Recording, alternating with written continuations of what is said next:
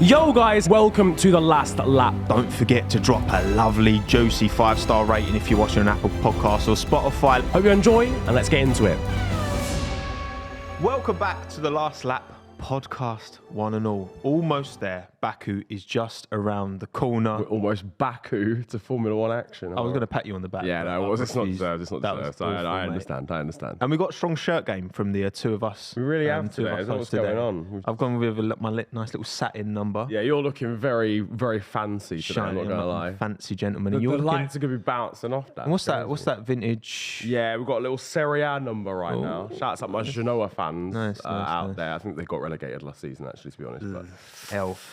F1 merch used to be banging, like the old chrome McLaren jackets from the early West 2000s. ones. Yeah. They popped. The Ferrari one, that actually, the Ferrari one that you see now, the jacket and stuff, that's not actually. Was that actually out at the time? I don't know. I remember someone tweeting about vintage, it. Isn't yeah, it? and I was like, but it looks nice. So the teams we need don't to care. jump on that themselves and actually do official quality merchandise. Yeah, official retro merch, please. Jesus Christ. Okay. Well, should we get the opinion of today's guest on the podcast? We shall indeed, yes. On the merchandise game. That's why we got you here. Tom Pabani, thank you very much. Is it Pabani? It is Pabani. You're the first person I think I've ever met. Come on. Right, first time. Yeah. I should have checked Quality before. name. I That's feel like good. it's an F1 It's good. It's a good flow to that name as well, Pabani, actually. Tom Pabani. yeah, Scuderia Pabani. Scuderia Pabani It's sounds not actually crazy. Italian. I wish Okay. it was. What do you... Indian. Oh, I know, it's crazy, but we'll say it's Italian because it sounds better for motor racing. Fair enough. Well, Tom, thank you for coming. Appreciate you taking the time. And well, before we get into the chats, why are you relevant in the F1 space? And I know you say you won't be, but you are. Well, this is a new format for me. I'm a short form kind of guy. You're a TikToker. 9x16 kind of. I'm a 9x16 right? kind of guy, so cropping everything vertical format is a nightmare. But yeah, I like to talk like storyteller. I love going through the archives, talking about old things that have happened, getting new fans up to speed, and hopefully I can bring my washed opinions today. We've got a lot to talk about. Well, we're gonna find a lot to talk about. But yeah, check out Tom Pabani on TikTok. Yeah. Give him a follow. Second TikTok come in, Scuderia Pabani. Yeah. Scuderia Pabani. That can't be taken. That's you got to... Second Don't channel copyright that ownership. now. Yes, oh shit, sorry. No one take that. No one take it. Yeah, it's copyrighted today. How we feeling, lads? We've had a bit of time off, but Baku's just around the corner. We excited? Of course. Yeah, Baku's just chaos in it as well. Always. That's the thing. Apart from that first Grand Prix, when we went there and it was shit, we were like, oh, this is going to be terrible. And since then, it's been absolute just chaos. Banging off the barrel. Whether it's good racing, whether it's tyres blowing out for no reason. Yeah. Like the things that have happened down the past few years, we've had Vettel and Hamilton go at it together. Yeah. Verstappen and Ricciardo. Yeah. We've had that championship year 2021 where everything just went downhill. It's always lived up to it. Well, recently anyway, and I feel like we're going to get that again with everything that's going on.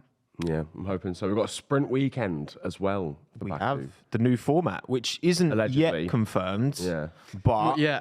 I mean, it's essentially Definitely going to coming, happen like 6 minutes after we finish recording this episode as well. Do you remember the format, Niran? Come on. Christ, right. Yeah. I want to Mastermind test. Let's do it. So here we go, lads. I want to say that it was like on the Friday we got free practice one. We start things off with that. That makes sense, right? Strong start. That's where I'm finished, mate. That's the end. No, So is sprint Say it with quali? your chest. No, you know what? Yeah, okay. I'm going to say it with my chest. I'll say it with my chest. Friday FP1 and FP2. Saturday sprint quali and then the actual sprint. Wrong. Shit, man. So sprint quali on the Friday. Fraud. Long day, Can't man. believe it. I'm Niran. just You've let yourself lucky down. you didn't look down the camera and actually say that. Yeah, I didn't say it with chest. Someone can edit that. It's fine. Well, go on, Tom.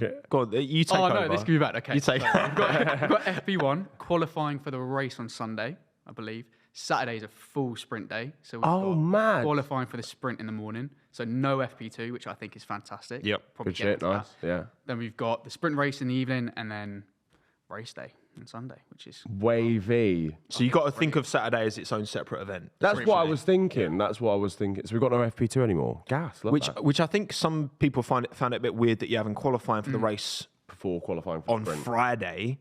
So you've got a whole day in between the qualifying and the race, but obviously they want competitive running on every single day. Yeah, I think it's great. Yeah. I think from an entertainment perspective, I know a lot of people aren't happy with it. Christian Horner's come out and been very clear that he does not like it. And why would they? It puts their car in jeopardy, right? They don't change. Like No, of course they're dominated at the minute. They're flying. Red Bull. Yeah. So even if Checo and Max alternate wins, I mean, it's going to be a Red Bull at the top of the tree. You've got to think for most of the races this year. So why would he start fiddling with stuff? And it's going to make an impact. But in these instances, you can't really the teams are going to have their own agenda because of course they are.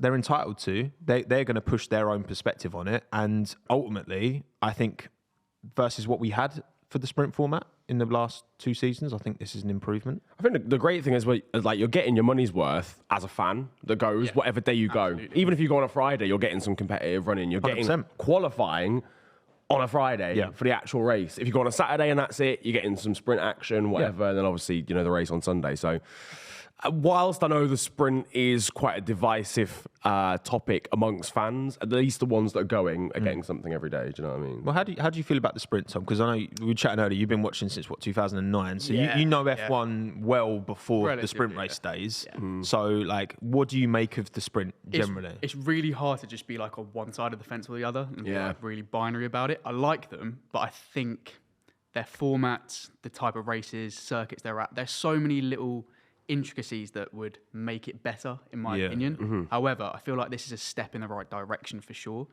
Interesting putting it a street circuit, to be honest. I think that's not necessarily the best thing to do because of the jeopardy. But with this new format, I think for teams like, say, McLaren, where they are at the moment, it's going to be of benefit to them. I find it entertaining.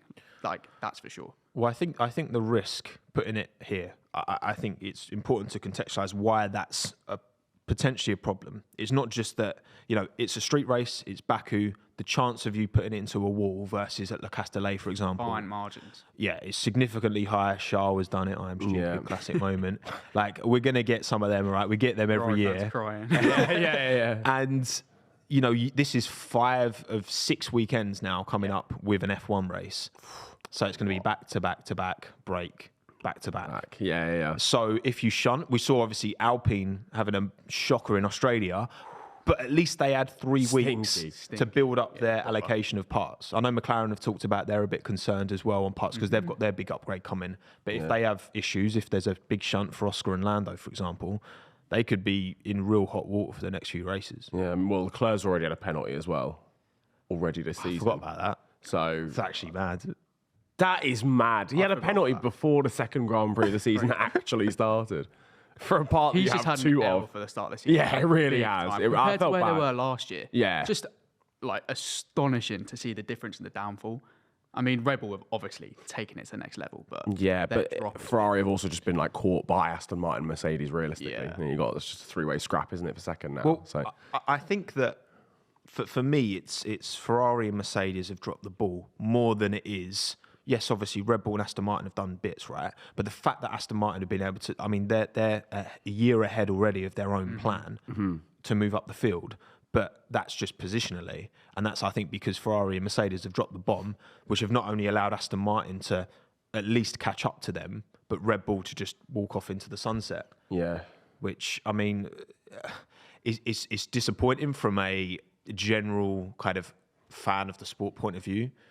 But also getting to the top and staying at the top is something Red Bull have done for years. I know you've got a place in your heart. I'm a Red Bull fan. For Red Bull, right? Niran's only just found us out now. You're serious. You're local, right? I am Milton Keynes. Literally, you're saying. I'm so sorry. The trait, yeah, I know. I literally said the only thing you can associate that's good with Milton Keynes is Red Bull. Yeah. But the fact that I literally passed Red Bull powertrains on the train here is nuts. But they're doing phenomenally well. But I think it's quite interesting that Dan Fallows, I know you've spoken about this before, has gone from Red Bull to Aston Martin. What a job he's doing. It's absolutely crazy. That technical shake-up is nuts. Yeah, I mean, I think people underestimate realistically how much of an important. I mean, it's quite obvious, but people don't talk about it or don't think about it too often. The actual makeup of the team behind the name is so important. And Aston Martin have done an unbelievable job of hiring. Yeah, everything. Yeah, because it's you see Aston Martin at the start of last season. Yeah, they were the joint worst car with Williams. They were so slow. It's like they had weights on the back of them. It was awful. Yeah. And they both had the same power unit. And you look at the trajectory. Williams have jumped forward well. Yeah. Good for them. Yeah. But the Aston Martin trajectory, they've not even moved into their new gaff yet. Like they're still renting. They're still renting like the shed down the road. Moving into a new house, just like Oh, it's a 4-bed. It's lovely. But they get the keys yet. yeah. But they've already done it, and it's just like I think it advocates like the personnel was so important. Facts, yeah. And it's like you look at Mercedes, and they've just done the old switcheroo with James Allison moving back into the role that he previously had. Yeah. And then what's Mike his name? Mike Elliott. That's it. Yeah. He's gone the other way in a shake-up for Mercedes because. Yeah, I think the Aston Martin success relative to the front and also the Red Bull pulling away has asked a lot of questions of two teams, Ferrari, Mercedes. I mean, Ferrari always have questions, let's be honest, but Mercedes haven't had questions for a long time and they've changed things up now. What do we think do we think that's the right move? I think, look, there was a lot of criticism around Mercedes and their side pod concept and whether they would change things and stuff. And then lots of talk around Toto Wolff and whether this was the right decision. He's come out and made this managerial change, if you want to say it like that, and whether it's the right thing to do. Does it send the right message? But I think it's good. And apparently, from what I've heard, Mike Elliott was actually the one who brought this up. He had a technical meeting. He suggested this change. And, Allison, he is a pioneer of the sport. Probably only Adrian Newey comes ahead of him when we're talking about He's right up there for He's sure, ridiculous. Yeah, So much success. Renault was fantastic in those years with Alonso. So I think it's a good shake-up, but we're not going to see an immediate change. It's just not going to happen like that. Yeah, you're not even going to see anything this season. Yeah, he's already said, apparently he's up to his neck in it already. So you can tell they've got so much work to do already, and I think Mercedes fans would agree with that. It's not going to make any difference towards this season, but maybe next year, that's where we'll see that be come into question. So it's going to be a tough one. Well, I think because I'm back in a title race next season. Let's fucking have it. Can you imagine? I mean, Insane. Alonso v Verstappen. Oh, give it to me now. That'd be insane. That would actually be wicked. Genuinely makes me feel a certain way. and this is why, like, I want to. Yes, Red Bull are on top at the minute comfortably, but I just want to be. I want to be patient with these regulations, and I want to be patient with these teams because ultimately you can regulate to your heart's content, but it's up to the teams to make the right decisions, spend efficiently, get the right people, be competent. Yeah, and look, I think the Allison thing, for example, in case people didn't know, I think there's more context to why Allison moved. He was at Ferrari in 2016, and then his wife suddenly passed away, and he decided to leave Ferrari, came back to the UK because he wanted to be closer to family, joined Mercedes, and then he kind of, it got to a stage, I think, where he was feeling very overwhelmed by the job because it's when you're technical leads for an F1 team, that's an incredibly It's going through title battles every single season. Yeah, manic. Yeah, because it's easy to look at Mercedes and be like, they just walked it like those years. No, but there's a reason that they look that good because they were working that hard and they were doing that well, and it's an all-encompassing job. So he then decided to move to a more kind of top level, 3 days a week, but then working on various different projects and more overseeing the. And then that's where Mike Elliott moved into his role as the more kind of technical lead on that specific car. Yeah. But again, it sounds like from that, he did an interview, didn't he, with F1 Nation, like a podcast. And it sounds like, he's taken some time away from the high pressure environment and now seems, happy and excited to come back, which is the main thing. Because ultimately, man, sometimes you can burn out as well. Exactly. Like, they're human. Sport is non-stop. Yeah, I mean, there's so many people that make up the technical makeup of the car and the company. It's a business at the end of the day, and there's so many people that make up Formula One, and you've got to oversee all of that. Yeah. It's ridiculous. And let's not forget that Allison was responsible for that 2020 Mercedes car that was just a rocket ship. I don't think we'll ever see a car that's faster than that. I mean, Red Bull was quick now, but that was just a menace. So for them to make that change, I think it says a lot about Mercedes as an organisation, Toto, and the direction they want to move in. They are not happy. I mean, this is not a substantial drop-off. Let's be clear. Lots of teams would be killing to be in third position. Yeah. But they want to do something. They want to do it quick. And I'm pretty scared as a Red Bull fan that they're going to come back sooner rather than later, I'll be honest. Well, do we? Because I know like Christian's talked numerous times this year about like his concerns that the other teams are going to catch up because obviously they've got a lot less aero CFD time relative, particularly to Aston Martin, who've got like not far off double what Red Bull have got. That difference is going to be crazy. Until the end of June anyway. Like, I want to believe it, and I understand why Christian's putting that energy out there because, like, that's what he needs to be prepared for as team principal. He needs to be prepared for everyone to catch up because you need to, prepare for the worst case scenario. But do we actually think that's going to happen? Like, we have only had 3 races and we've had this big break. So I mean, you got teams bringing like big upgrades upcoming as well. You got McLaren deciding to bring a whole new car. They need to at this point. They really do, mate. Honestly, I saw it in the car park at Buckmore for the quadrant filming. It looked a lot like a Ford KA. It was crazy. it's funny that. Yeah. Interesting. I think, I'm not gonna lie, I think Red Bull are still gonna have like a pretty solid advantage for a lot of this season, but you are gonna see that development start to come into play, or lack of wind tunnel time as the season goes on. Probably in a similar vein that you had last season, where you had Ferrari and Red Bull very level, and then you just saw Red Bull just start to move off into the distance. I think you'll almost see like an accordion effects where they'll start to come back. Good analogy. That's a good analogy, isn't it? It's all right. Really good. Yes, come on, man. Come on, that's a point on the board. Sort of move everyone back together again. Yeah. But I think the advantage that Red Bull have at the moment, it will be enough that they're not going to be concerned come the end of the season in terms of losing constructors or anything like that. What do you think about Horner's comments then? Because is that like a tactical kind of play? Because obviously he's got to be speaking for the team. Yeah. Like Toto came out with that apology a couple of weeks ago for Mercedes, right? Yeah. That is And mad, by the right way. or wrong, That was mad. I can't believe that happened. Yeah. That was nuts. I think it's so it was weird. not- What do you think? Do you think it's a good Over the top. Really? Yeah. I like the sort of, I like honesty.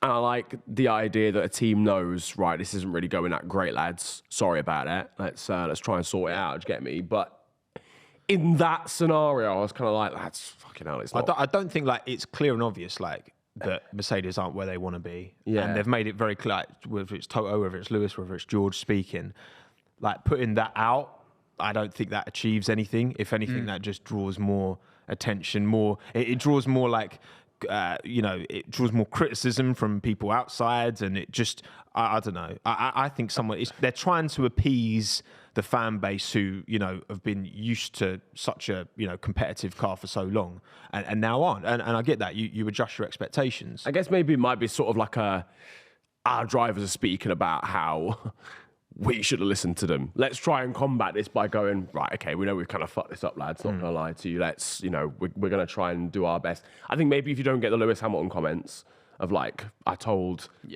the team what direction to go down. Big. I don't think you get that. That's big dick energy fact. I don't think you get that statement, to be honest. And the thing is, like, drivers make those kind of comments like all the time. It's just when you're Lewis Hamilton in Formula One, like you look at all other motorsports and teams are critical of the drivers are critical of their teams. I don't even remember it's such good team radio. Try and find it if you can after you've listened to this podcast, of course. Yeah, 5-star rating. Is it Giancarlo Fisichella in a Renault, and his engineer's like saying like, you're so many tenths slower than Fernando Alonso. Yeah. Like, you need to speed up. Get what are you doing? boss. Yeah. Like, he's literally like rinsing him. There was on an the F2 radio. one recently as well, like a couple of years ago. It was Deruvala, wasn't it? And the guy was just like, just drive faster, boss. I saw that. It popped up on my Twitter feed like the last couple of days. Yeah. What? That is insane. Like, can you imagine that?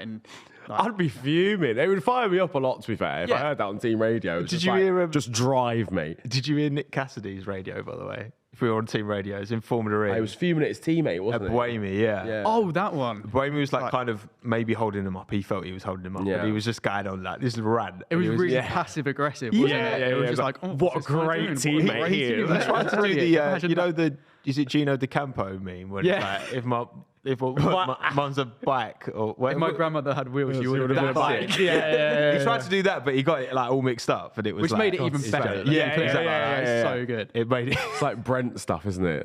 Brent. Yeah. Imagine that as your team boss, and then just Brent comes. Yeah, it's unbelievable. Fuming. I reckon Zach Brown could be a bit of a David Brent. I could see Zach playing that character as well. But look, I think we look at this sport and we talk about, we've talked about like Ricciardo. I think there's a sense of burnout with Daniel, at the end of his McLaren time, but also that extends to everyone. I mean, I saw a friend of the channel, Blake, he put a tweet out about 5 races in 6 weekends being a load of shit, basically. And It's As a man mad. who's worked in the sport as well. It's a very valid sort of, It's fascinating to me how many people don't understand that just because there's no racing doesn't mean people are not working. Like these people working flat out in the factories. Everyone's gone Bahamas for like 3 weeks. Do people? I can't. Like, how many people can't fathom that? Yeah. Like, it's mad to me. I don't get it. Like he works it. Like it's five races in 6 weekends all around the world. Yeah. Is ridiculous. Yeah, because the calendar, I saw a tweet about a month ago, I want to say, and it was like working out the air miles between each Grand Prix and showing how actually really inefficient it actually is. Like we go back and forth. Like why the fuck is Canada realistically in the middle of the European season? It's just a tradition, isn't it? Oh, we go there in July. But the reality is, I don't know why we do that. Dominicali's gone, oh, we'll switch up. Like, why not? Like, yeah, it's getting a bit boring now. We've been in Europe for a long time. I think some of it is like contracts. So, like, say a venue has a contract till 2028. Like, Australia just signed forever. Like, it's like 2030 something. It's or something ridiculous. Mad. So I guess that ties them into that, like that time. And I guess certain countries, like weather, certain periods of the year, you don't want to be going to. Say Austin at certain times of the year, maybe because it's true. And it's like, Qatar in like August. Could you imagine? I understand it's not like, but I just think the sport league, because I mean, it's that mileage that contributes to way more of the carbon footprint, like exponentially more than the actual cars themselves. Yeah, facts. Yeah. So if you actually want to be this like environmentally sustainable, like, talking about this 100% sustainable fuel in 2026. So if you want to really actually like do that genuinely and not just be like, pushing this message because it's, greenwashing essentially. You're essentially greenwashing the sport. Like, you need to look at these things. Because, I mean, with 23 races this year, it should have been 24. It will be 24 next year. You can almost guarantee that. And it may be more, like 25. They want 30 eventually. That's the kind of the rumours that's coming out. Can you imagine 30 races in a year? The toll that puts on everyone. You'd have to change out your staff after each season almost. You'd actually have to like rotate staff genuinely like every other year. They would have to, they'd have to make concessions to like, if you're going to have more races, like, because again, when you turn up at a Grand Prix, you're not turning up on the Friday and then going straight. Like, you're turning up on like Tuesday, Wednesday, and then working like 15, 16-hour days, like jet lagged, like away from your family. Like, it's a lot. So and when it's back-to-back Grand Prix, you don't go home. You just go to the next one. It's like Bernie Collins came out the other day and said it on Sky Sports. Saying, you finish 1 week, you get basically a day, and then you're in for preparing the next week. And with this 5-week thing going on right now, just race back to back to back. How many days do you get off? And, it's a sport that they love and they live and breathe, right? Yeah. But there's got to be some leeway to having some time to reset, and then you can be sharp and go back into it, because it's a sport of such fine details that, you lose however many tenths by getting something wrong. Like, and I know it's the whole crew that come together, but I think it's mad. It pisses me off so much when I see people that they're just like, oh, they shouldn't be complaining because it's the dream job. I'd love to have that job. Well, why can't we just change it for the better? Like, it's not, F1 doesn't exist in nature. It wasn't Adam and Eve and fucking Stefano. Like,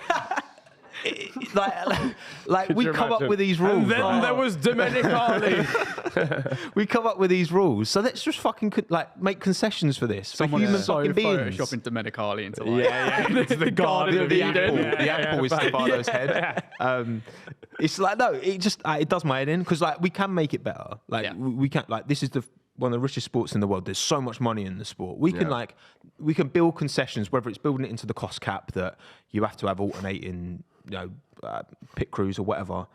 Like, cool. If anything, that gives people more opportunities to get in the sport, because then you have to hire more people, but on a more part-time basis, maybe. I don't know. Like, I just think like there's an elegant solution. There's a more elegant solution than what we've than just going, let's have 6 more races and then just deal with it. Yeah, I just don't think that's. But I think the same about healthy. Bringing the sprint in the first place, like changing the sport, because I think a lot of people, you don't want to touch the sport. The sport's good. Like Q1, Q2, Q3 is like really good. Yeah. There's downsides, but I think generally speaking, like most people are happy with that. Yeah.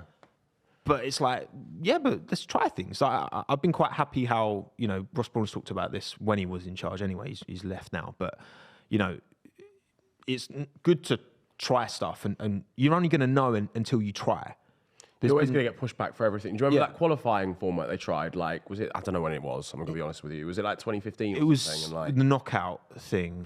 Oh, They did like 2 races. They did it. It was like what you get now, but like every 5 minutes, someone would get like eliminated or something. I want to say it was like years ago. I've kind of forgotten now. It was like on a timer, and that didn't work. It didn't work. They did it literally one Grand Prix in Australia, and we're like, this is shit. The pundits couldn't keep up, and it was. I think it's good that they try things. I mean, like Yeah. very few people I would say have got a problem with the fact that there's 2 formats now throughout the season, that you've got the sprint as well. Yeah. And I saw there's a ton of discourse around whether they should have different formats for different races to make those races better, i.e., what do you do for Monaco? There's a lot of speculation about whether it will be axed. I doubt it will. I know you guys have spoken about it, but why not just create a format that kind of works for that? It would be very complex, but is it worth testing it? Perhaps. I don't even necessarily think it would have to be like crazily complex. Like you always say, like just do a 2-stop at Monaco. Just 2-stop Monaco. Guaranteed. Yeah.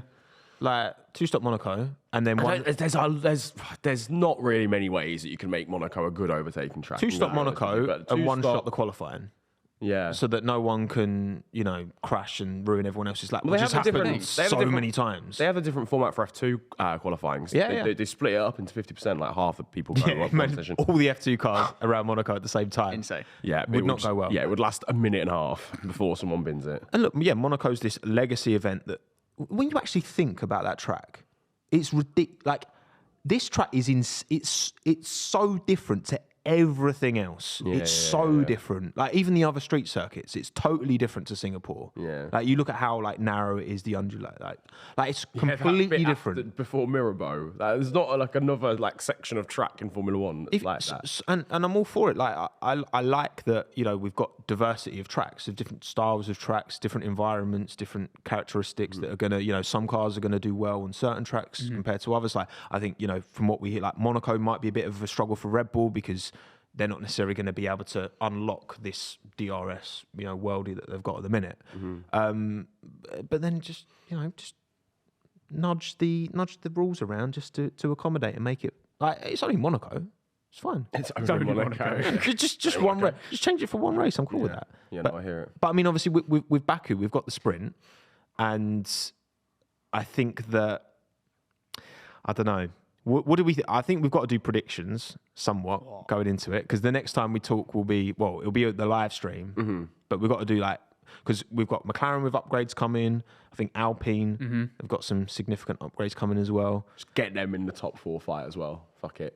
What we say? Imagine. Because maybe a dogfight between Mercedes, Ferrari, Aston Martin, McLaren, Alpine. Because we've got lots of qualifying. Everyone. Just No, Williams is a howitzer in a straight line. So, true. And Baku's very straight liney, isn't it? So we've got 2 lots of qualifying to predict and 2 races to predict. Fucking hell. It makes everyone's job so much harder. Should we just predict FP1 as well whilst playing? Let's do it. Might as well. Everything else is getting a prediction. Alonso tops practice for me. Yeah, straight away. Facts, yeah. Stroll's up there, 3rd. What do we reckon in...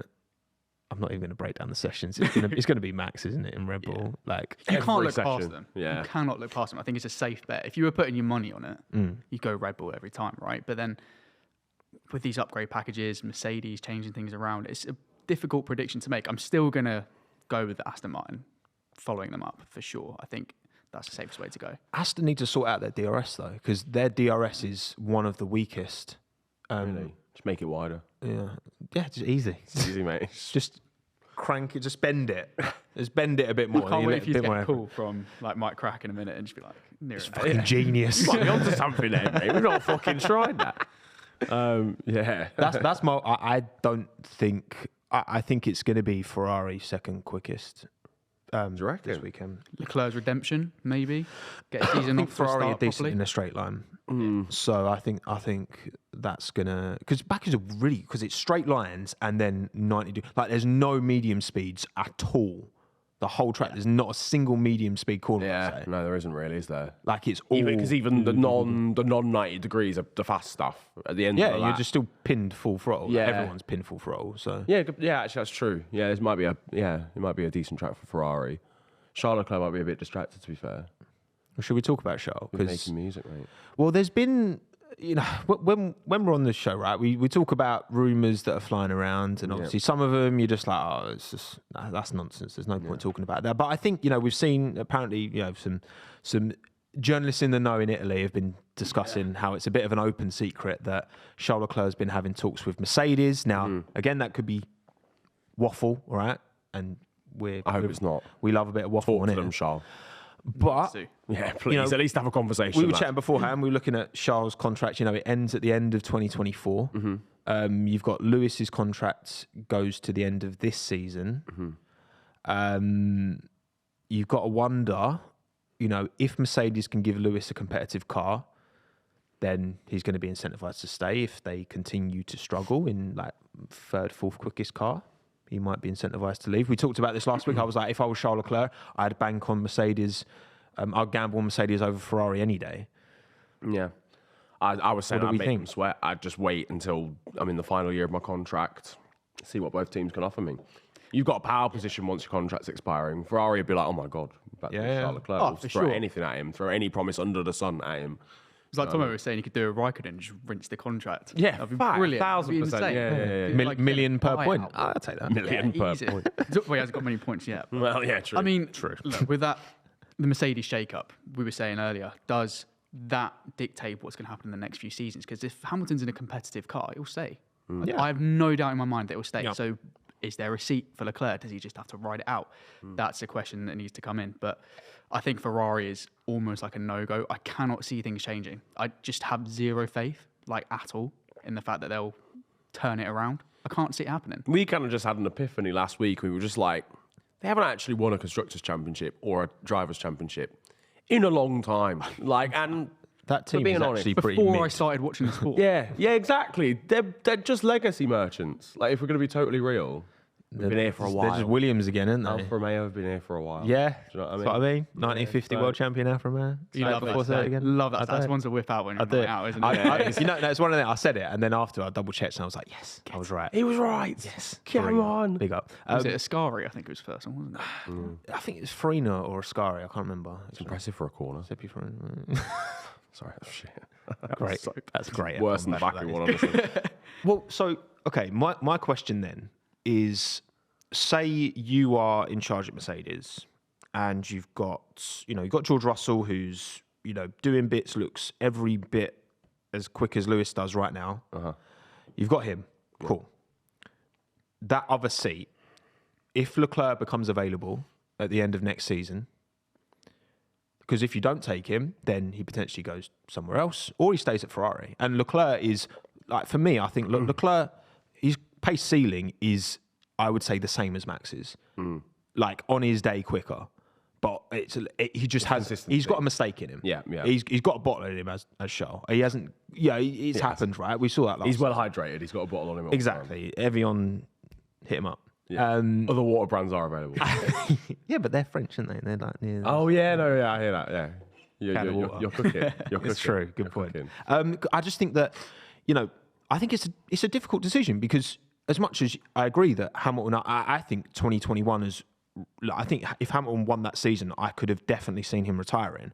But I think with all of that, with everything that's happened and him now kind of having to build this team up again, I think that's revitalized him, and I could see him in the sport for another, I think age more than ever now with modern understanding of nutrition, how to keep yourself in shape. We're seeing Alonso go long. We saw Raikkonen go long. I think we'll see more drivers getting into their 40s and We're still not being even seeing competitive. Alonso like showing any signs of actually being like weakening at all as a driver. What an animal. Yeah, it's crazy, driving- isn't it? His racecraft is as good as it's ever been. Yeah. But what do you do? Do you stick with Lewis and think you could get 3, maybe 4 more seasons out of him? Or do you go with Charles, who's someone that is still super young? You could get 15 years out of him potentially.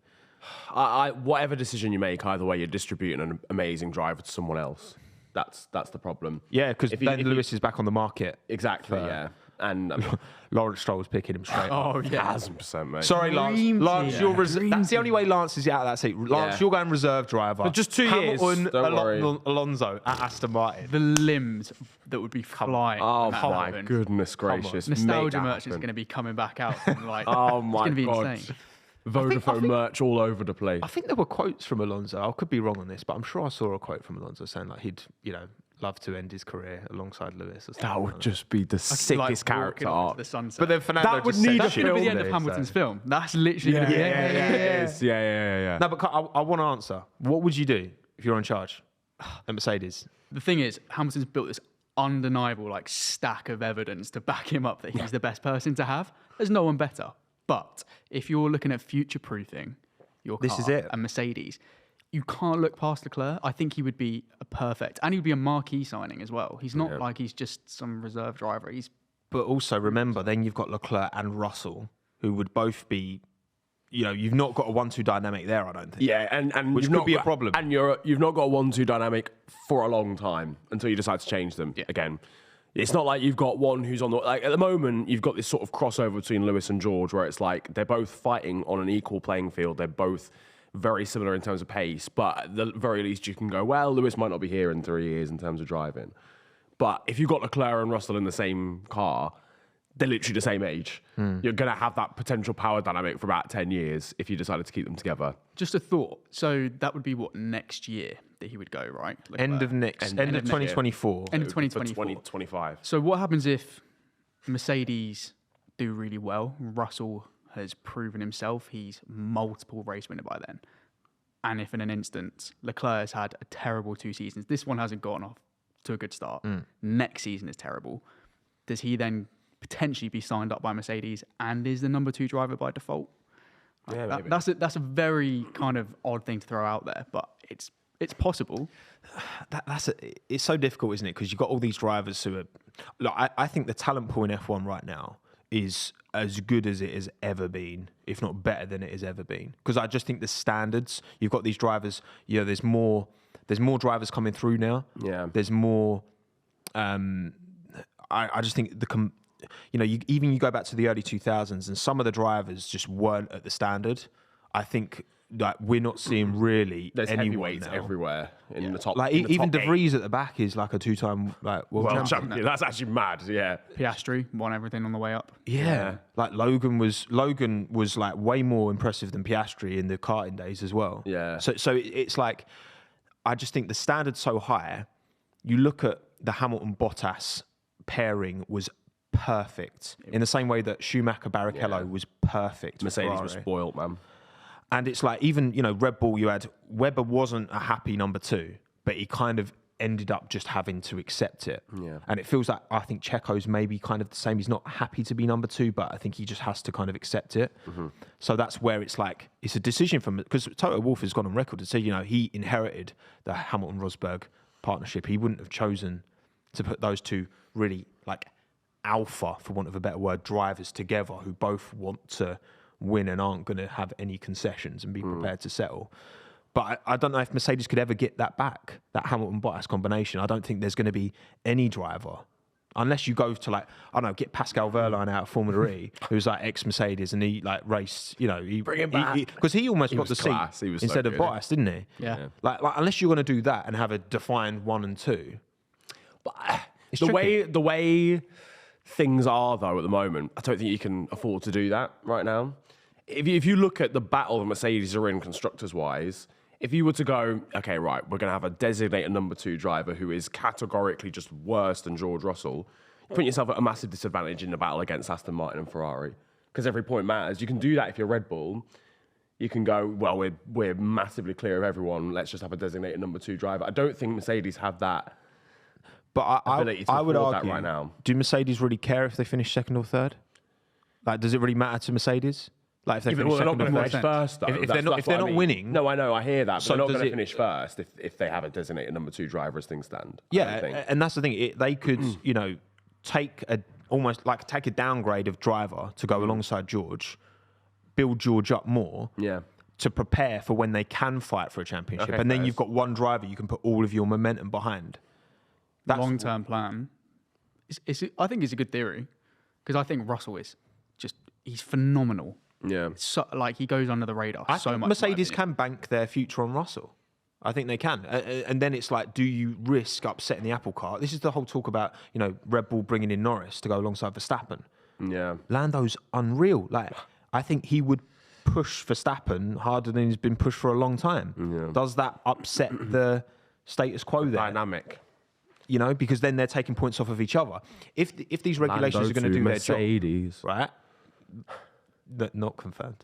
No, you can't say something like that. I can't say that because no, you're not allowed alleged. to say that. No, it's not alleged. It's not alleged. Allegedly, according to Niran. He's going to be messaging you after this. What the fuck? What are you talking about? No, what I'm saying is like, if these regs do their job, right, and then in say 2025, we've got, if they do their job and the teams do their jobs, we could have 4 teams. Realistically, I think we could have 4 teams with a quick enough car to fight for a world championship. Yeah. That is the time more than ever you need a 1-2. Because if you've got 2 number ones, they're taking points off of each other. And then you can't win the Drivers' Championship if you've got 2 number ones. You can't do that. Margin between how far apart are they? Are they close enough that they don't challenge each other, but are they so far away that they can't gain higher place points? That's a tricky one. It's a tough one. It depends also what you're aiming for. Are we trying to win a Constructors' Championship or a Drivers' Championship here? Drivers is all they give a fuck about. No, but the teams. But the team, that's what I mean. That's waffle. I'm sorry. You reckon? Yeah, man. Like, come on. It's a bit of prize money. To a team like Haas, fine. There's a lot to that. Daimler? Yeah. Are Daimler going to give a fuck about that? Especially with the cost cap. No. They're not even spending as much as they were before. Who won the Constructors in 2008? Was it Ferrari?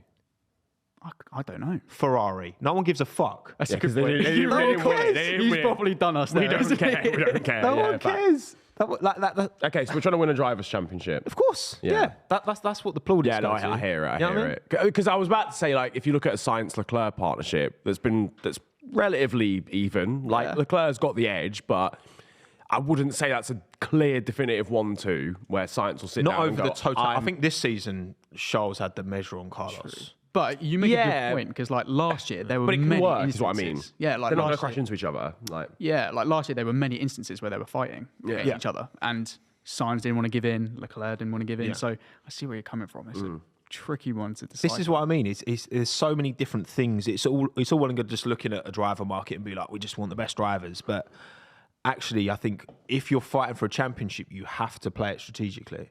Like the fact that, you know, in 2010.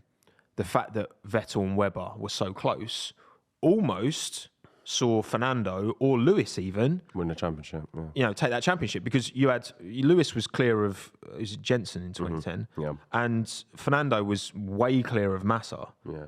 So like that almost got one of them the championship, and then Red Bull all of a sudden, like, they could have very easily, if that's gone slightly different. Obviously, Vettel won the championship, but you know Vettel never led that championship until the last day, and he kind of like took it from Webber. But what's interesting, like the last time Ferrari won the championship was a very similar thing when Raikkonen won it, because McLaren had Alonso and Hamilton, right? Yeah. 2 great example. Big personalities. Yeah. And they were, I would say, for the majority of the season, again, I wasn't watching it then, but I've done a bit of research. They were highlights. in a massive dogfight for the whole season. Yeah. And they just came up against each other, ruined each other's races. Raikkonen sweeps in and wins the title. Yeah. Like, maybe Ferrari need to do that again. They go, no, take him. And then we'll just... Yeah. No, that's the exact example. Yeah. So that could easily happen if they don't play their cards right. And I just think that, I don't know. It's a tricky one. If I'm Leclerc, sack it all off, make an EP instead. Oh, shit. Yeah. What's you this? brought that up. I saw this on Twitter, but I just scrolled past. I was like, that's waffle. But what's going on?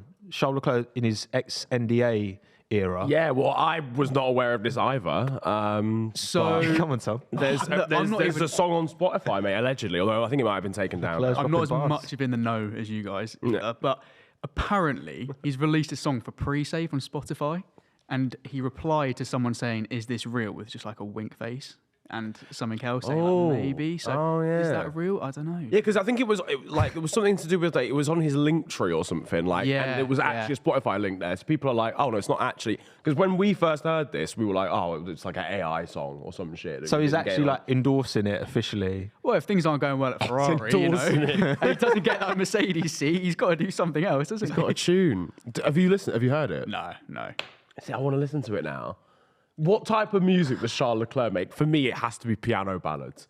100%. He can play a piano, can't he? Can I'm he? sure That's I've seen what a I clip thought. of him playing a piano. That's why when it came out, I wasn't that shocked. I was like, Well, maybe it's pastime. You know, Yeah, like he's Hamilton does DJ in his spare time every now and then. Yeah, So yeah, yeah, Lando as well. He does Yeah, there's no way Charles Leclerc is releasing a techno tune. You know what I'm saying? Like that would be crazy. Power ballad. That's Yeah. I can't imagine like a grime track from PATO. Can you imagine? Leclerc on Bashman.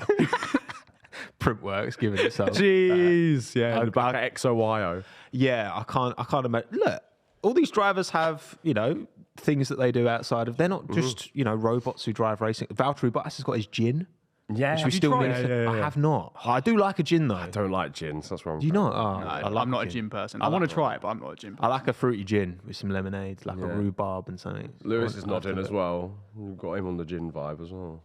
Oh yeah, 2v2. the bomb vibe. I'll just have a Jaeger bomb. That's fine, lads. Don't worry about it. You're a cheap date. I am. Yeah. Genuinely. In Nottingham, I definitely am. £1.50 sorted. Easy. Well, because I know Charles talked about going into fashion, and I guess I did he's not know that. Yeah, he's talked. I've seen clips of him. Yeah, he's you know fair. the question like, if you weren't in doing F1, what would you do? Like, and he's said he's always been into fashion, and I know he's had stuff with like he models a lot of the Ferrari fashion stuff. So, music's never been something that I still might be AI. I reckon it's probably AI. Who would produce the maddest music out of the Formula One paddock, in your opinion? Great question. Great question. Valtteri Bottas has got some crazy tunes in him, in my opinion. In his new Australian era, he's releasing some mental stuff. Either country or just like the craziest Taking on rock Luke mashups you've ever seen in your life. Tough one. I think Esteban's got like a, you know, what's that? What music is Esteban on? No. You know, what are they called? You know, the ones who stick their tongue out and they've the black and white face paint. Really? You think Yeah. Ocon's got that in his locker? What, like Screamo? Yeah, I reckon he's got a screamo in him. I reckon. Lead singer of Slipknot. I reckon he's Esteban like, Ocon. yeah, low key. I could picture him like with the proper headbang, like, Yeah. Okay. the tongue out. And Fair enough. I think Kevin Magnussen might have a little bit of that that's as well. a great shout. Kevin Magnussen might have Thunder. it. Yeah. The ones that won Eurovision that time. Oh They yeah, were crazy. K-Mag on Euro. K-Mag on Eurovision. I reckon Hulkenberg could have it. Yeah. I think he's like a weird character outside. Yeah, I reckon he's like. Yeah, Hulkenberg plays acoustic guitar, definitely. Yeah. I reckon. And then George Russell's music would be mad. George Russell's music. To get an insight into his Spotify. Michael Bublé 2.0. That would be 100%. 1,000. Yeah, Yeah, he actually would definitely. be. Yeah, he's making Christmas tunes. What do you reckon? George Russell has a Christmas song in his locker. Do you know what? I think K-Mag's probably the best shout. I reckon for sure. I think he's got something in him. He's definitely got a playlist. He's got, this is not good enough pre-race. He started to produce his own stuff.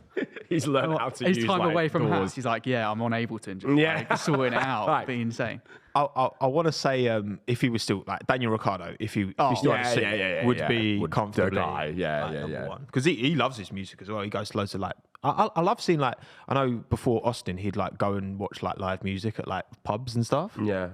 That's so sick. Imagine just sitting there just having a beer and like Daniel Ricciardo Just look over. It's like Daniel Ricciardo, but it's like 100-person gig. giving it Yeah. just giving it some. We've got the Do you know what? That wouldn't even surprise me. Yeah, No. no, the He's same. probably doing it all the time. Yeah. He's loving this year. Yeah, Red Bull just Reserve driver. chilling. You can see how happy he is. It's mad. Yeah, he's got the yeah, TikTok because drive. there's been Red Bull been talking about how, you know, he jumped in when he first jumped back in their simulator. He was like all at sea, like they're kind of gradually building his confidence back. It's interesting, like it makes you think, right? You've got a driver like Daniel going from Red Bull to Renault, doing really well at Renault as well, going to McLaren, having a really bad time. You've got to wonder how many drivers, you know, get into F1 and either only drive a car that really suits them or never get a car that suits them and never get to show their full potential. Yeah. You know? Because I think, you know, Daniel Kvyat is like an example. Like he's a driver who beat Ricciardo, almost went to Ferrari, said no, then got dropped. And then he's now out of F1 completely. Yeah. But what kind of, I wanted to ask, like, drivers that are maybe not in F1, drivers that are not in F1 at the minute, whether it's younger drivers or drivers in Indy or Formula E or whatever, who you think maybe would do a better job than most, like an underrated job. Outside of F1. Juicy. Who would do an underrated job if they got a seat in F1. So, for example, Stoffel Van Dorn, Yeah. I think... He I think definitely people would never be had a car that surprised. suited him. Yeah, because when we had Alex Jakes on, he was saying Stoff was like, is the one that he would put in if he Yeah. could pick the whole 20. Like, he would put Stoff in. Because I think you're up against Fernando Alonso.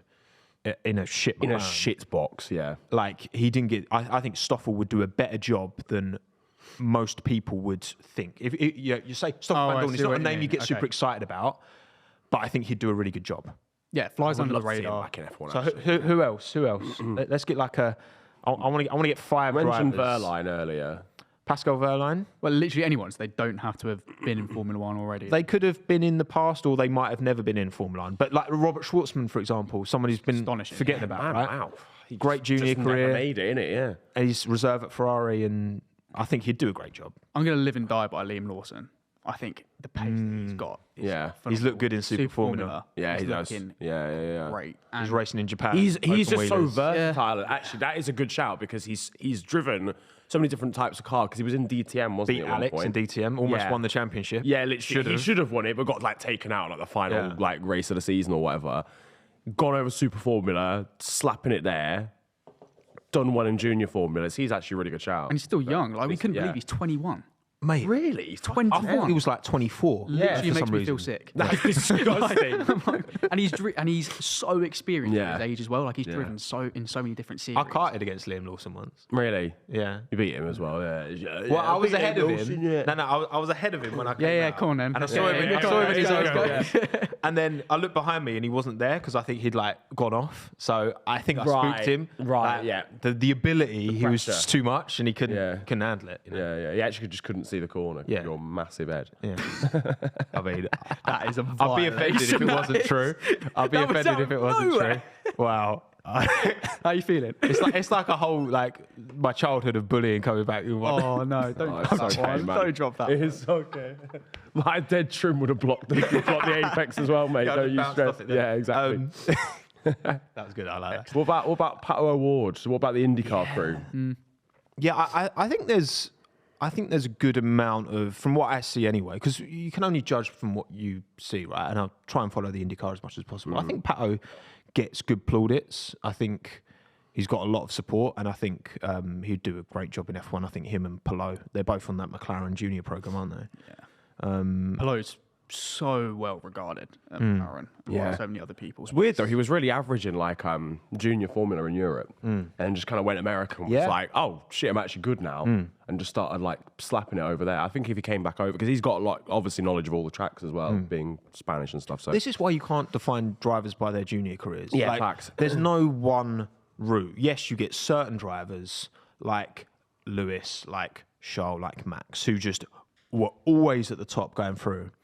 But then you look at, again, like when I, for a video like a couple of weeks ago, I was looking at Piastri and Sargent, and the hype around Piastri has been exponentially more than Sargent going into this season. And, obviously because of the Alpine drama and all that, I get it. Yeah. But like, you look in junior karting, like Sargent was like world champion, like year after, he was unreal. Piastri was good, but he wasn't like winning championships like Sargent was. And then all of a sudden in F3 and F2, Piastri, Formula Renault before that, Piastri just gets in these single seaters and just takes off. Yeah. And Sargent, wasn't having the same success. So I think we've got Van Dorn, we've got Lawson. yeah, definitely. We've got who else?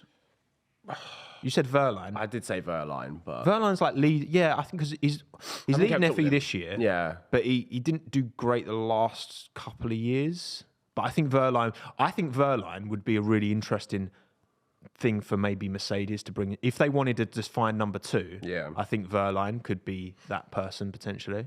Yeah, He's still fairly young.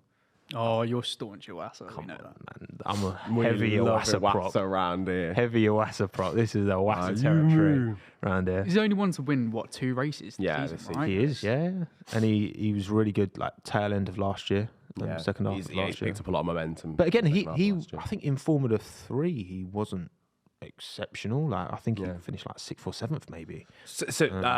Sonoda basically did the same thing, where it was like, he was in a very good F3 field, but he came like 7th in the championship. Yeah, and so much of you're right. Like so much of it, we think about like the quality of the drivers around you define whether you finish first or Yeah.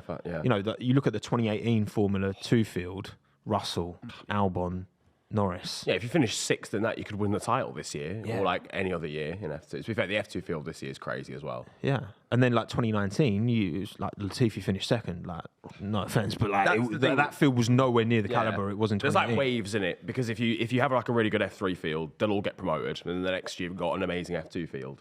Then they'll all get promoted, and then you've got a kind of like average F2 field. By that point, you've got a new.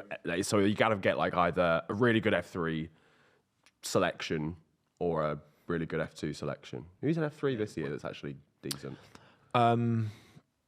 Bartomeu's doing quite well. I feel like there's a whole new cast again. Like, I don't know anyone in it. Like, it's like so many drivers went from F3 to F2 this year, so it's a whole new. Even Behrman, he's like 12. He's in like F2 now. It's mad. He's so young. He's so young. He's 17. He's bloody talented, isn't he? He's ridiculous. He's unreal. I think. Okay, Van Dorn, Verline. Where I said Verline. Yeah. Van Dorn, Verline, O'Ward, Lawson, Good shout. Lawson, Iwasa. Yeah, go on. Just for you. We'll get them all in. We're going to need another Red Bull team, honestly. Owasa prop guy and heavy. Serious. Nah, listen, I'm here for it, and I think junior formulas. You should be watching them. I know you said you just started. Just started getting into it, and it's fascinating. I love I think this is an interesting point to go on. Is the reverse grid? Yeah. The proposals about that potentially being in Formula One. How do you guys feel about that? Because I think it's a really contentious subject. I'm so against it. Well, so we had Aldas on, who was. Do you remember how against it he was? He was like, "Why should you be getting?" I could see the steam coming out. Yeah, he was fuming. He was like, "Nah, you should be getting rewarded for being maybe I'm shit." not that much, but I'm definitely not. No, because you'd get teams. I think you'd get teams playing the system somewhat. Yeah. It's different to F2, where it's almost like. F2 is like just all guns blazing. If you start at 8th, you can still win the race. Yeah. You can't realistically do that in Formula One. The cars are all the same. Yeah. It would have way more of an impact in Formula One in the sense of like you would just get teams playing mind games and doing things tactically. And you'd be getting rewarded for being like the 4th best team on the grid or 5th best. Even if you were to just reverse the top 10, not reverse the whole field like doing F2. Yeah, like why should Alpine get pole now for a sprint race because they're kind of like a bit slower than everyone else? I don't know. The only way that it would be entertaining though. That's the thing. No, it would be like it would be hilarious, but the only way level, I don't know if it would work. They couldn't reverse the whole grid. Like if they reversed the top that would be 10, funny though. Like they do in F2, that's a bit more realistic, but it's still not what I'd want. Like, no. At the end of the season, we should do like a Formula One shootout. A one-off event that's not a championship event, do reverse grid. Boom, entire grid reversed. Just chuck them all in like decider. If you win, you get it's a title decider and you get some prize money if you win the race. I'd love to see like an all-stars series. Just chuck them all in the exact same F4 car, right? Just a really little F4 shitter. Right? And you get like all the best drivers from Super Formula, IndyCar, Formula E, Formula One, NASCAR, Rally, everything. Like chuck them all in. And see who comes out top. Not do it like Race of Champions, because Race of Champions is like, one person races against another guy on snow for like no reason. It's like, no. Why is it on the snow? Why is it always on snow? None of you drive on snow. What are we doing here? Makes no sense. It's literally just pure vibes, isn't it? That is literally what it is. It's like, why not? But like, if Lucas Blakely dunks on 2 F1 drivers, it's crazy, man. Esports massive. Crazy. Hero, absolute legend. No, I think, I'd love to see like the reverse top 10 just as a one-off. Like as a one-off, just do it for vibes. Yeah. Just see. Like, I think that would be... Because one thing with F1, right, and I've seen this point mentioned before, particularly when talking to people who don't really follow F1 but follow other sports. F1 is like the only sport, motorsport's the only sport that gives the quickest car an advantage at the start as well. It's like doing a 100-meter sprint and putting Usain Bolt, he's only got to do 90 meters. Yeah. True, yeah. So there is a sporting argument that putting the fastest at the front is inevitably going to... But then there's no way. You can't have 20 cars starting side by side. I'm going to play devil's advocate here. But this is... The thing that I love about Formula One is that it's both about the driver and their talent, but it's also about the talent of... the teams and what they can do and the engineers and what car they can produce.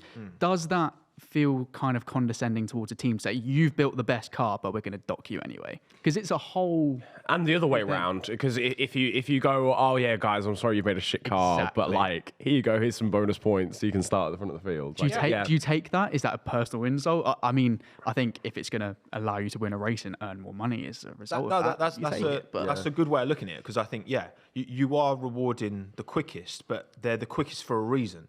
They're the quickest because they've made the best car. Yeah. Like they didn't just inherit the car. Like, they didn't just car. Like, they made it. They put their blood, sweat and tears into it, and they should maybe they should be rewarded by making the best car by starting a little bit further up. I guess you've almost got to see qualifying as like an extension of the overall race. It's almost like if you did 100 meters and you did a little qualifying thing beforehand, that's almost like you get put in an easier heat or something. Yeah, you do a little 10 meters beforehand.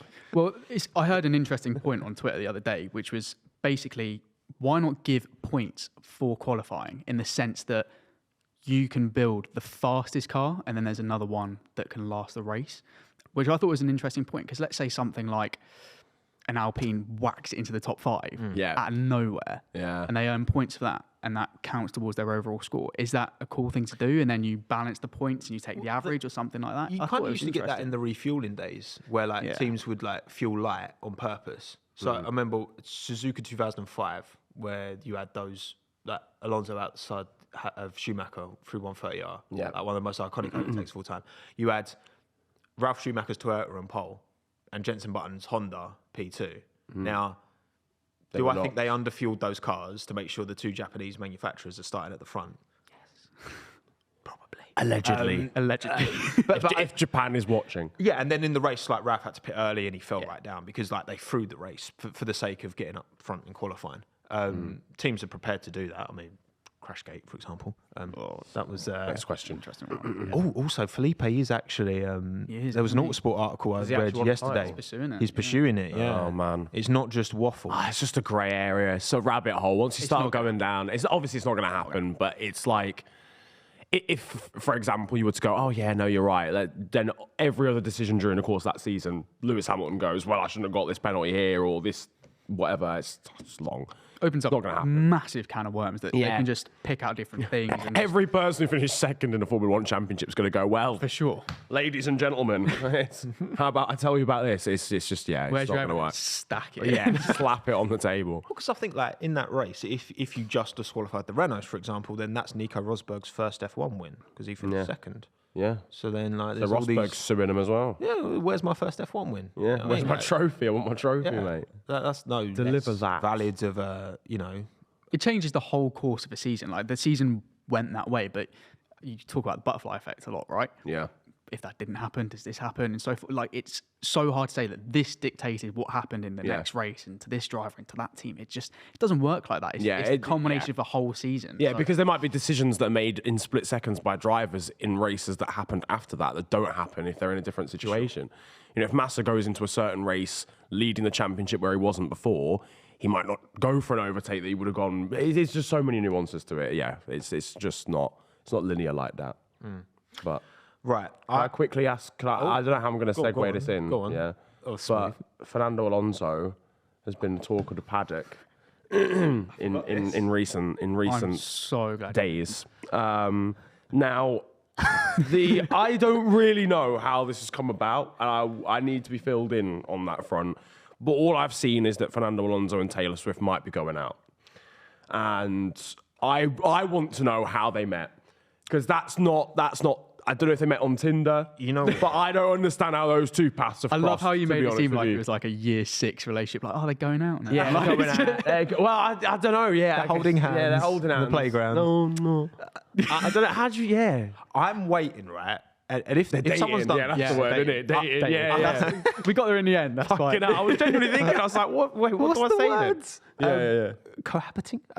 Like, I'm waiting for the YouTube video to drop from some like YouTube prankster who's come up with this and created it and put it on a Reddit thread and got it to blow up and become this huge thing where even Aston Martin.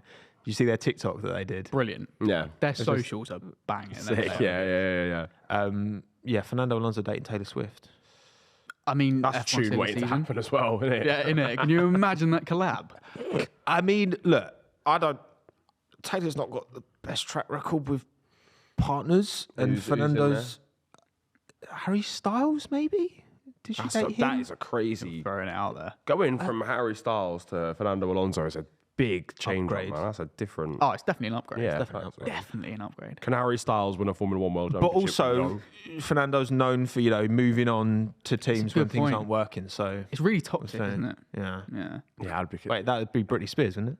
I see. Now you're on my level. That's the jokes I was making earlier on. I didn't bring my dad jokes today. I'm feeling really left out. Like we've really gone above and beyond. You had two in the first 10 minutes. You finally come. Yeah, I don't know what's going on at the day. It must be like I don't know how deeply you speak with Lando, but obviously his lifestyle is around the world. Yeah. He's got his is he in Monaco that often, or is he always out and doing things? He's not really there like a crazy amount. It's like a base, but it's not really home. Yeah, it's where you go back to when you've actually got a bit of a break. But often you'll just be sort of around, off and about, even outside of Grand Prix and stuff just spending time. Yeah, wherever. It's an easy life for some.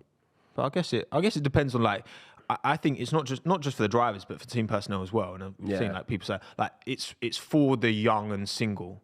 Who you don't have any ties and obligations. Yeah. Once you've got a family, balancing it like Kevin Magnussen's having to do. He's got kids. Crazy, that's a lot to ask, and that's part of the reason why Seb retired when he did as well, because he's got family. You don't want to lose those years, and you've won 4 world championships. What more is in it, I guess, for you. I don't think a lot of people appreciate the intensity that it takes. I mean, you'll probably know better than I will, but in terms of it's 24/7, I would imagine. You cannot mentally switch off because the second you do, you lose that sharpness that you need in a race, particularly format. And it's thinking about the next one, getting in the simulators. Then there's the physical training, which I know you've done.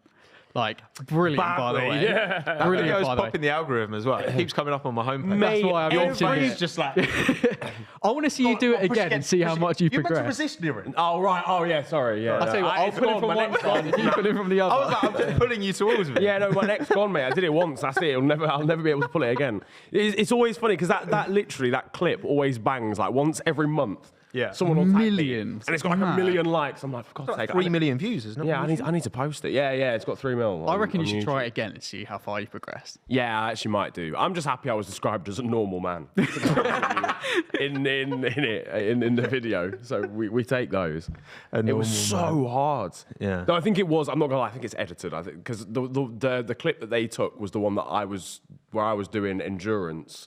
Because there was different types. Right. There was the one where you have to just basically keep at a similar level for 3 minutes That's at a time. Long time. Long time, yeah. But mine was obviously way lower than Lando's, and then his was more the pulling one. I think that's the clip they took that part from. Yeah. Nice. Either way, yeah, it was a struggle. My neck was in bits the next day. For weeks. Yeah, it was so bad. Yeah, it was tough. It's tough. So it is a crazy lifestyle, a crazy training regime. I can imagine. Right, shall we wrap up with a little segment? Little segmento. It's not even a word. It is now. I'm gonna come up with the topic for this one because I think we touched on it earlier. Okay. So my topic is that the driver that drives for Mercedes in 2025. So I'm gonna assign you, Tom, Charles Leclerc. Okay. Ooh, okay, nice. Niran, you're going to get Lewis Hamilton. All right. 2025, so you've got to prop that, and I'm going to prop Pascal Verline. Oh, wow. Oh, yeah, because the second driver situation. Right. All right, okay. So, Tom, you've start with you. There. Yep.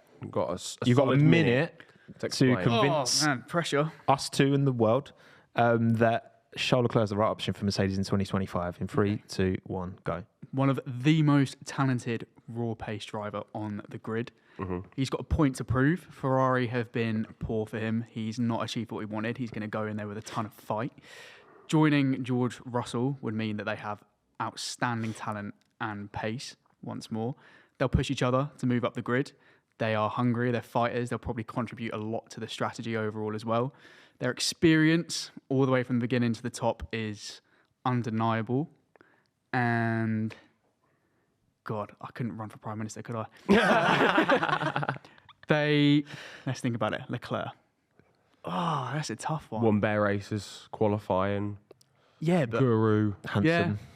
Very, to be fair. All right, thanks for making my argument for me. That's fine. Makes We'll music leave it with now. that. Makes music. Yeah. Banging Pianist. the tunes. Imagine that in the in the pit. in the He garage, calmed in the people garage, yeah. down in the garage as well. Just I feel like their mix of personalities would bounce off each other well. Perfect. That's a minute. Stuff. That was Done. shocking. That was all right. Please don't clip that. Game over. That's up to that guy. there. That's up to Lewis, mate. Right, okay. Niran, all right, sensational. What? Lewis 1 minute Hamilton? on keeping Lewis for 2025. Okay. 3, 2, 1, go. Now, you thought I was going to say keeping Lewis alongside George Russell, but you'd be wrong. I'm remixing it. We're bringing Charles Leclerc. This is a collaboration now. We're bringing Leclerc in because they can collab together musically. Think about that joint EP, yep. XNDA, NDNA, combined with Charles Leclerc's pianist capabilities. Now, listen, Lewis Hamilton is a 7-time world champion, yeah. At the end, we've just literally been talking about how drivers are going to be going on for a lot longer in terms of their regimes, their health, whatever. Lewis Hamilton is showing no signs of getting worse as a driver. Yes, George Russell's been able to take it to him recently, but I think that dynamic works really well.